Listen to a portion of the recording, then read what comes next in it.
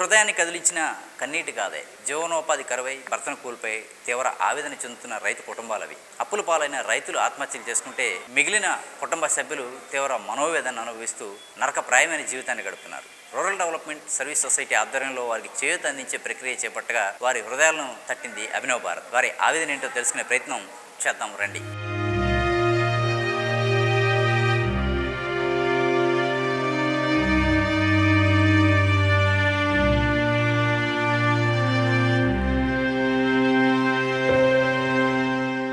లక్ష్మి అండి. మా ఆయన మరిసి అప్పులాడండి. అప్పులు ఎక్కువ చేస్తాడండి. వ్యవసాయం రెండు ఎకరాలు కౌలు తీసుకున్నాం. మాది అరెకరం ఉంటుందండి. 25 సెంట్లు అమ్మేసి సగం అప్పులు తీర్చామండి. సగం అప్పులు తీర్చేసారు. ఇంకా అప్పులు ఉన్నాయి. వాళ్ళు వచ్చి 3 రూపాయలు 2 రూపాయలు తెచ్చుకుని అప్పులో లెక్కిస్తారండి. మా ఆయనకి కాగితం పెట్టారు. గవర్నమెంట్ వాళ్ళు మాకు 1 రూపాయి రాలేదండి. పిల్లలు చదివించుకోలేకపోతున్నాను. పిల్లలేమో చదువుకి వెళ్ళదు. బాబు 10th అయింది. 11 మంది డబ్బులు కట్టలేవు. అమ్మ నేను చదవాలని ఇంటికాడ ఉంటుందండి. పాప చదువుతుందండి. 9వ సంవత్సరం అండి. చాలా బాధల్లో ఉన్నాను. పంచుకోలేకపోతున్నాను. పిల్లలు ఎవరు పట్టించుకోలేదని 3 నాయకులందరూ కాగితాలు పెట్టారు. గవర్నమెంట్ నుంచి 1 రూపాయి రాలేదండి. చాలా బాధల్లో ఉన్నానండి. కొద్ది దయచేసి ఏదో మాకు చేస్తారని వచ్చాను. మా ఆయన వ్యవసాయం కలిసి రాలేదు. చెరుకు వేసామండి. చెరుకేస్తే 1 ఎకరంలోని అక్కడ చెరుకు తీసేసారు. పేటలు అవి లేవండి. కూలీలు ఎటు చేస్తే కూలీలకు రాలే డబ్బులు. ఎకరం 2 ఇదేమో చెరుకు టన్ను 2000 అంటుందండి. అవి కూడా అది ఉడికెళ్ళలేదండి. బెతిమాలు అయ్యవలసి వస్తుంది. ఈ అప్పులు ఎక్కువైపోయినాయి. మనం వేసిన పంటకి గిట్టుబాటు ధర రాలేదు.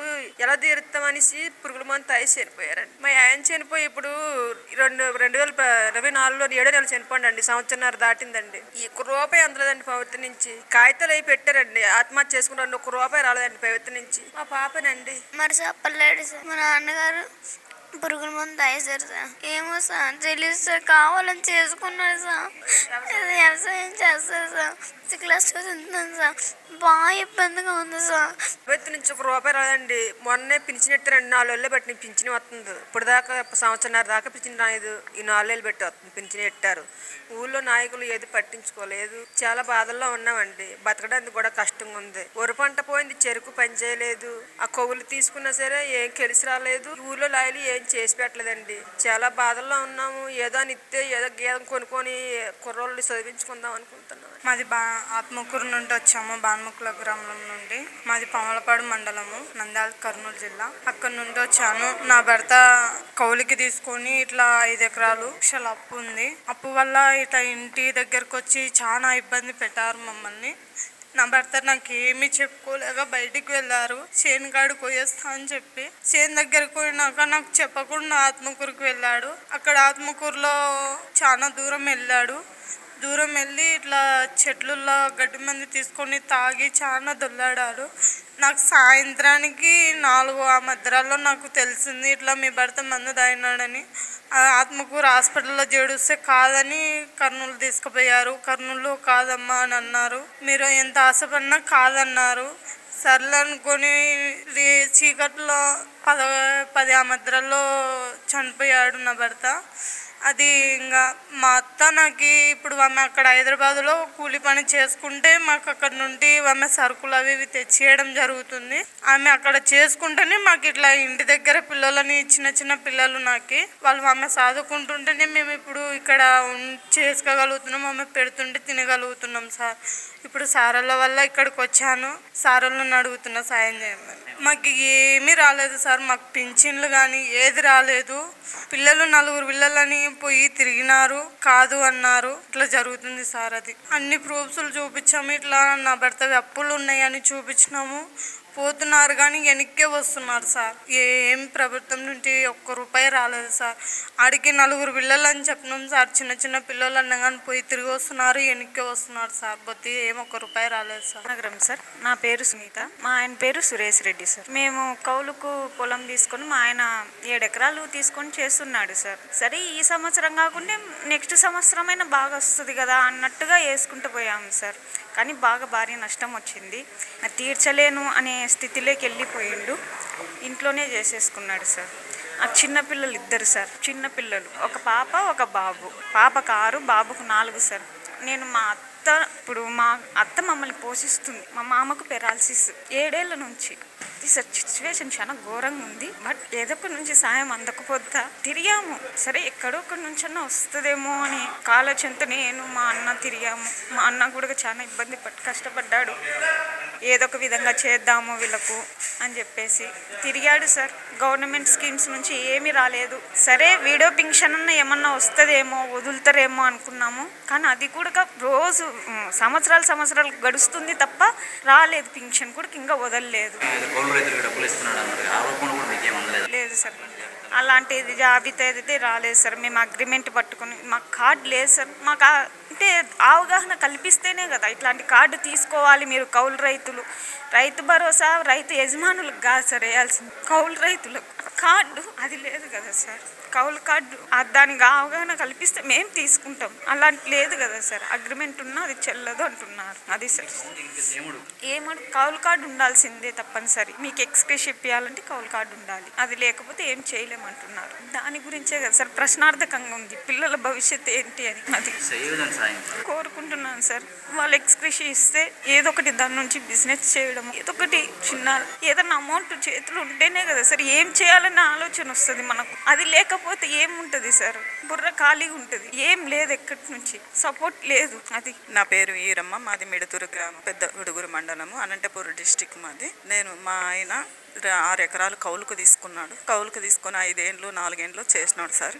1 సంవత్సరం పంట వచ్చింది, మిగతా సంవత్సరంలో పంటలు రాలేదు సార్. అన్ని ఫస్ట్ నష్టపరిహారమే వచ్చింది. అప్పులు ఎక్కువై ఆయన కౌలుకు అప్పు తీసుకొని రావడమే, ఇంటి సంసారానికి అప్పు తీసుకురావడమే, దానికి అప్పు తీసుకురావడమే, అన్ని అప్పులతోనే పెట్టేసినాడు సార్. పిల్లల్ని చదివించుకున్నాము, పిల్లల్ని 2 చదివించినాం సార్. చదివించినాము, వాళ్ళకి అప్పులతోనే పెట్టినాము. ఇప్పటికి 7,30,000 అప్పు ఉంది సార్. మాకు గవర్నమెంట్ ఏ చర్య తీసుకోలేదు సార్ మా గురించి. మేము అయినా చెప్తూనే ఉన్నాం సార్. మేము అన్ని చోట్ల ఫైల్ ఫిలప్ చేసినాము, అన్ని చోట్ల చేసుకుని వచ్చినాము. దాని ఫైల్ గవర్నమెంట్కి పోతుందేమో అనుకుంటే గవర్నమెంట్కి కూడా పోలేదు సార్. మేము ఉండే ఇల్లు కానీ మా ఆయన ఉప్పేసినాడు సార్.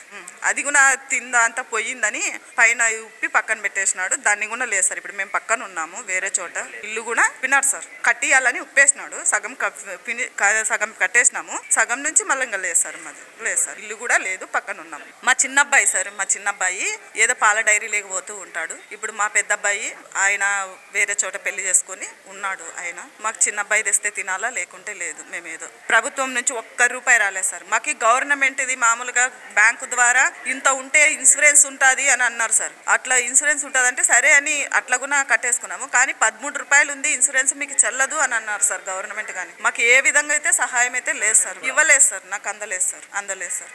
ఆ 2 లక్షలు కూడా అందలేదు మాకు. అట్లా కలవలేదు సార్. నేను కలవలేదు.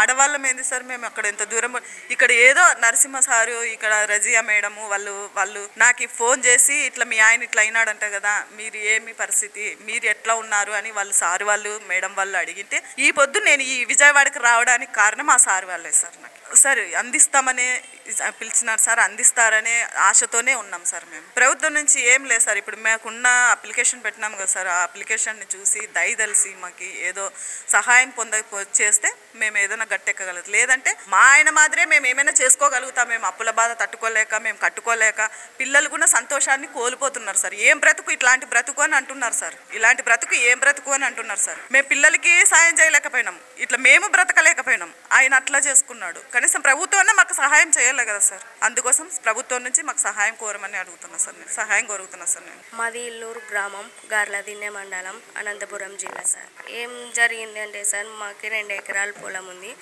అదైతే మా పేరు మీద అయితే లేదు, మా ఆయన పేరు మీద, మా తాత వాళ్ళ పేరు మీద ఉంది. మేము అది కాకుండా పక్కన మా ఆయన కౌలుకి భూములు చేస్తాండే. ఇంకా అవన్నీ పంటలు రాక ఈ బాబుకి హెల్త్ బాగాలేదు సార్. బాగాలేక దానికి దీనికి అన్ని బాకీలు చేసినాం సార్. 10 లక్షల దాకా బాకీలు చేసినాము. ఇంకా అవన్నీ ప్రెజర్ తట్టుకోలేక మా ఆయన పురుగుల మందు తాగేసినాడు సార్. ఇప్పుడు చనిపోయి మా ఆయన 5 నెలలు అవుతుంది. ఏం ఇవ్వలేదు సార్, గవర్నమెంట్ నుండి ఏం రాలేదు. 5 నెలల నుండి కానీ తిరుగుతున్నాం, నేను మా తమ్ముడు తిరుగుతూనే ఉన్నాం 5 నెలల నుండి. మా అత్త మామ మా బావ వాళ్ళు ఎవరు ఏం పట్టించుకోవడం లేదు. వాళ్ళు మా కొడుకే పోయినాడు, మాకే వాళ్ళ నుండి వచ్చే వాళ్ళ ఆస్తి కానీ మా తాత వాళ్ళు మేము పోయే వరకు మేము ఏమో అంటున్నారు. ఎట్లా అంటే మా నాన్న వాళ్ళు మా నాన్న వాళ్ళ ఇంటికి పిలుచుకొని పోయినారు సార్. మా పుట్టినింట్లోనే ఉన్నాను ఇప్పుడు ప్రస్తుతానికైతే. నాకు ఈ బాబు కాక ఇంకో పాప ఉంది సార్. ఆ పాపకి 6 ఏండ్లు. ఆ బాబా స్కూల్కి పోతాయి. ఎంత 10 లక్షల దాకా ఉంటాయి సార్ అప్పులు. పెడుతున్నారు సార్, పెడుతున్నారు. ఇంకా ఆడ ఉంటే మా వాళ్ళు పట్టించుకోక వీళ్ళు ఇంకా మేము లేకుంటే దగ్గర ఏమవుతుందో పిల్లలను చూసుకొని వాళ్ళు వచ్చి అడుగుతుంటే ఏమని వాళ్ళు పుట్టింటికి పిలుచుకొని పోయినారు సార్ నన్ను. ఏమందలేదు సార్. ఎంఆర్ఓ ఆఫీస్ దగ్గరికి చాలా సార్లు సార్, రోజు పోతాం. ఇప్పుడు కానీ పోతాం సార్. ఈరోజు కానీ నేను ఇక్కడికి వచ్చినా కానీ మా తమ్ముడు పోతూనే ఉంటాడు. లాస్ట్కి మీరు రైతు అని మేము ఎట్లా గుర్తించాలా మిమ్మల్ని? చనిపోయిన అతని పేరు మీద పాస్బుక్ లేదు, కౌలు కార్డు అది లేదంటే కార్డు అంటే మాకు తెలియదు సార్. అప్పుడు అతను ఇవన్నీ ఉంటేనే మేము చేస్తాము, లేదంటే చెయ్యము, మీరు తిరగాల్సిన అవసరమే లేదు అని ఇంకా డీటెయిల్గా చెప్పేసినాడు సార్ ఈ ఆర్ఓ సారు. ఇంకా రావద్దండి మీరు అని. ఇంకా అప్పుడు తర్వాత నరసింహ సార్ వచ్చి అది లేదు, అట్లుంటేనేనా ఇట్లా ఆ రైతుకి అది కార్డు ఎక్కడుందని వాళ్ళు ఇస్తారు మీకు అట్లా అంటే కానీ మాకు అదే మాకు జీవో పాస్ అయింది. మేము అది ఉంటేనే మేము ఇచ్చేసుకుంటాము. కౌలు రైతు కార్డు ఉండాలా, పట్టాదారు పాస్బుక్ అతని పేరు మీదే ఉండాలా, చనిపోయిన అతని పేరు మీదే ఉండాలంట సార్. ఏం ఆర్థిక సహాయం అందలేదు గవర్నమెంట్ నుండి అయితే మాకేం లేదు సార్. ఏం ఇవ్వట్లేదు, ఏం అసలు. నాకంటూ ఇప్పుడు 5 నెలలు అయింది సార్. 5 నెలల నుండి తిరుగుతున్నాం మేము. 5 నెలల నుండి తిరుగుతున్నా ఏమో 1 రూపాయి లేదు.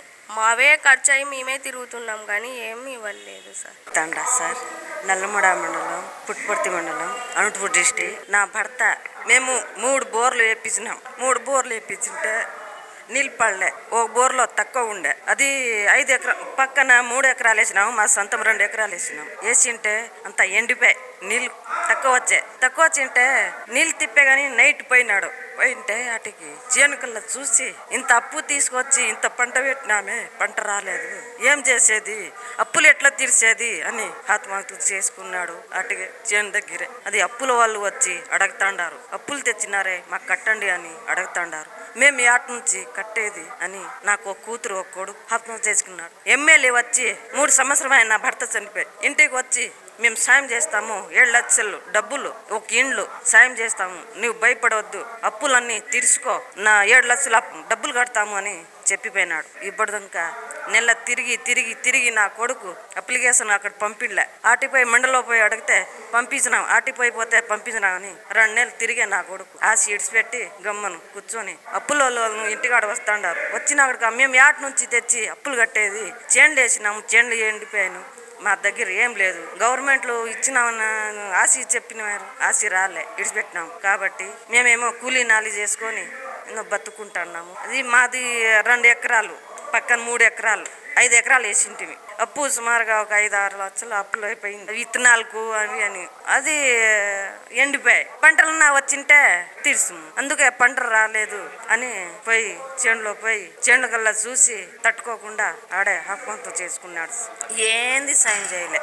అప్లై చేసినాము, ఎమ్మెల్యే వచ్చి ఇంటికాడ 7 లక్షలు డబ్బులు ఇస్తాము, ఇండ్లు ఇస్తాము, నీవు భయపడొద్దమ్మా, అప్పులు తీర్చుకో అని చెప్పినాడు. ఎమ్మెల్యే దగ్గర కూడా పోయినాము, వీలే 1 రూపాయి కూడా వేయలే. అప్లికేషన్ పంపించినారని నా కొడుకు 2 ఏళ్ళు తిరిగి ఏం లేదు సార్. అది పరిస్థితి సార్. ఏమన్నా నాకు సాయం చేస్తే అప్పులన్నా తీర్చుకుందామని ఇటుకి వచ్చినాం సార్. అది నా పేరు పి జమలయ్య, ఆంధ్రప్రదేశ్ కౌలు రైతుల సంఘం రాష్ట్ర ప్రధాన కార్యదర్శిని.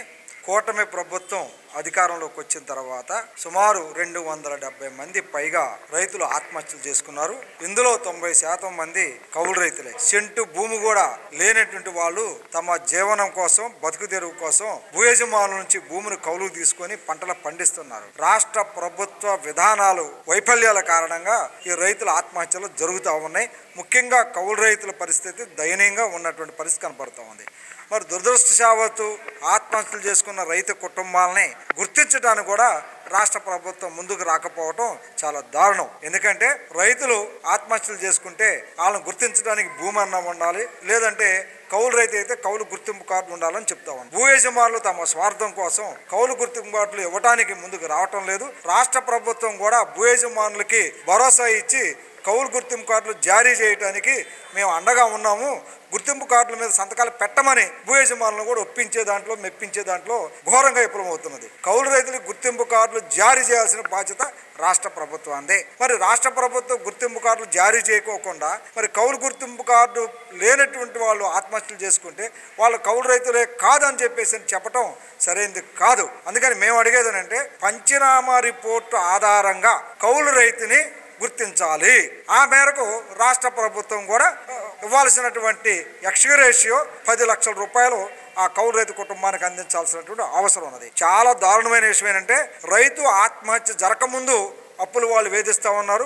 అప్పులు వాళ్ళే కాదు, బ్యాంకులు కూడా వేధిస్తూ ఉన్నారు. అతను దురదృష్టవశాత్తు ఆత్మహత్య చేసుకున్న తర్వాత అంటే వ్యవసాయ అప్పులు బాధలు తట్టుకోలేక వేధింపులు భరించలేక ఆత్మహత్య చేసుకుంటే ఆత్మహత్య జరిగిన తర్వాత కూడా బ్యాంకులు అదేవిధంగా ఫైనాన్సర్లు వడ్డీ వ్యాపారస్తులు ఆ కుటుంబాలు వేధిస్తాను అంటే మరి ప్రభుత్వాలకి ఏమన్నా జాలి దయ లేని మానవత్వం లేనటువంటి ప్రభుత్వ నేతలు ఈరోజు పరిపాలించడం ఎంతకన్నా దుర్మార్గం మరొకటి లేదు. అందుకని మేము చెప్పేది అంటే ఈ రాష్ట్ర ప్రభుత్వానికి 3-4 సూచనలు చేస్తున్నాం. మొట్టమొదటిది రైతులు ఆత్మహత్యలు చేసుకున్న కుటుంబాలని కనీసం పంచనామా రిపోర్టు ఆధారంగా పరిగణ తీసుకొని కౌలు రైతుల ఆత్మహత్యలు గుర్తించాలి. వాళ్ళకి ప్రతి కుటుంబానికి ఒక 10 లక్షల రూపాయలు ఎక్స్గ్రేషియో ఇచ్చి ఆ కుటుంబాలు ఆదుకోవాలి. రెండోది ప్రభుత్వ అప్పులు అంటే కౌలు గుర్తింపు కార్డు ద్వారా కానీ భార్యలు మెడలో పుస్తులు బ్యాంకులో తాకట్టు పెట్టి తీసుకొచ్చినటువంటి అప్పులు అయితే ఉన్నాయో గోల్డ్ లోన్లు అవి వాటిని రైటప్ చేయాలి. అంటే వాటిని చెల్లించలేరు కాబట్టి ఆ కుటుంబాలను ఆదుకోవటానికి అప్పులు మొత్తం మాఫీ చేయాలని చెప్పేసి మీ ప్రభుత్వాన్ని కోరుతా ఉన్నాం. మూడో అంశం ఏంటంటే మరి ప్రైవేటు వాళ్ళు ఇచ్చిన అప్పులు అయితే ఉన్నారో వాళ్ళు వేధిస్తా ఉన్నారు. దాంతో చాలా బాధపడతా ఉన్నారు. తక్షణమే ప్రభుత్వం స్పందించి మరి వాళ్ళు వేధించుకోకుండా ఉండేదానికోసం పోలీస్ శాఖ ద్వారా చర్య తీసుకుని ఆత్మహత్యలు చేసుకున్న కుటుంబాల దగ్గరికి వెళ్ళి ఎవరైనా అప్పులు చెల్లించమని వేధిస్తే మా దృష్టికి తీసుకురండి, మేము వాళ్ళ మీద చర్య తీసుకుంటాం అనే పద్ధతిలో ఆ కుటుంబాలకి అండగా నిలబడే పద్ధతిలో భరోసా ఇవ్వాలి. మూడో అంశం అంటే ఆ కుటుంబాలకి ఇప్పుడు 20 లక్షల మందికి ఉద్యోగాలు ఇవ్వబోతున్నాం అంటున్నారు. మొట్టమొదటి ఈ బాధిత కుటుంబాలకి రాష్ట్ర ప్రభుత్వం ఇవాళ ఆ ఉపాధి కల్పించాలి. P4 కింద పేదవాళ్ళని గుర్తించి వాళ్ళు ఆదుకుంటామని చెప్తా ఉన్నారు. దత్తత తీసుకుంటామన్నారు. గ్రామాల దత్తతగా తీసుకునేది ఎవరైతే వ్యవసాయ అప్పులు బాధల వల్ల ఆత్మహత్యలు చేసుకుంటున్నారో దిక్కులేని స్థితిలో ఆ కుటుంబాలని దత్తత తీసుకొని ఆ కుటుంబాలను ఆదుకునే దానికోసం ప్రభుత్వం ప్రయత్నం చేయాలా. ఈ P4 అనేది ఏదైతుందో దాన్ని మొట్టమొదటిగా ఈ బాధిత కుటుంబాలకు వర్తింపు చేసి ఆ కుటుంబాలని అభివృద్ధి చేసే దానికోసం మరి బంగారు కుటుంబాలను ఆదుకునే దానికోసం మార్గదర్శకులను గుర్తించి ఆ చర్య తీసుకునే పద్ధతిలో ప్రభుత్వం ప్రయత్నం చేస్తే ఆ కుటుంబాలకు ఫలితం ఉంటుంది. ఆ విధంగా ప్రభుత్వం ఆలోచన విధానాన్ని మార్చుకొని వ్యవసాయం అంటే మరి దండగ కాదు, వ్యవసాయం అంటే పండగ అనేది రావాలంటే మరి బాధిత కుటుంబాలకి రక్షణ నిలబడాలా. కేరళ తరహా పద్ధతిలో రుణ ఉపశమన చట్టం తీసుకొచ్చి అప్పుల బాధలతో మరి ఇబ్బంది పడుతున్న వాళ్ళకి రక్షణ కల్పించే పద్ధతిలో ప్రభుత్వ చర్యలు ఉండాలని చెప్పేసి ఆంధ్రప్రదేశ్ కౌలు రైతుల సంఘం ఈ రాష్ట్ర ప్రభుత్వాన్ని డిమాండ్ చేస్తాం. రైతు ఆత్మహత్యలు కుటుంబ వ్యవస్థను చిన్నబన్నం చేశాయనటంలో ఏమాత్రం సందేహం లేదు. ఎందుకంటే మనం చూస్తున్నాం ఇప్పుడు మాట్లాడేటువంటి బాధితులంతా కూడా తమ తీవ్ర ఆవేదన వ్యక్తం చేస్తున్నారు. కోల్పోయింది కుటుంబ యజమాని కాదు, తమ జీవనోపాధిని, తమ జీవన వ్యవస్థను అని చెప్పని అయితే వారు వాపోతున్నారు. ఏ గుండెని తట్టినా కూడా తడి చెమ్మే కనిపిస్తుంది. కుటుంబ యజమాని కోల్పోయి జీవనోపాధి లేక బిడ్డల చదువులు కరువయ్యి కూలి పనులకు వెళ్తున్నామని వారు ఆవేదన వ్యక్తం చేస్తున్నారు. ప్రభుత్వం నుంచి ఎటువంటి సహాయం అందటం లేదని వారు తీవ్ర దుఃఖపర్యంతమవుతున్నారు. ఎన్నిసార్లు అధికారుల చుట్టూ తిరిగినా, ప్రభుత్వ నేతల చుట్టూ తిరిగినా, పాలకుల చుట్టూ తిరిగినా కూడా ఫలితం శూన్యమని వాపోతున్నారు. అన్ని రకాల అర్హత పత్రాలు ఉన్నప్పటికీ కూడా ఎవరు ఆదుకునేందుకు ముందుకు రావటం లేదని విస్తుపోతున్నారు. ప్రభుత్వం ఇప్పటికైనా స్పందించి తమను ఆదుకోవాలని, లేకుంటే ఎవరైతే కుటుంబ యజమాని అప్పుల పాలై ఆత్మహత్య చేసుకున్నాడో అదే బాటలో పయనించాల్సి వస్తుందని వారు వాపోతున్నారు. ఇప్పటికైనా ప్రభుత్వం స్పందించి ఆత్మహత్యలు చేసుకున్న రైతు కుటుంబాలందరినీ ఆదుకోవాలని రైతు సంఘాల నేతలు కూడా డిమాండ్ చేస్తున్నారు. వీడియో జర్నలిస్ట్ రెహమాన్తో నాని, ఏపీఎంలో తబినవ భారత్, విజయవాడ నుంచి.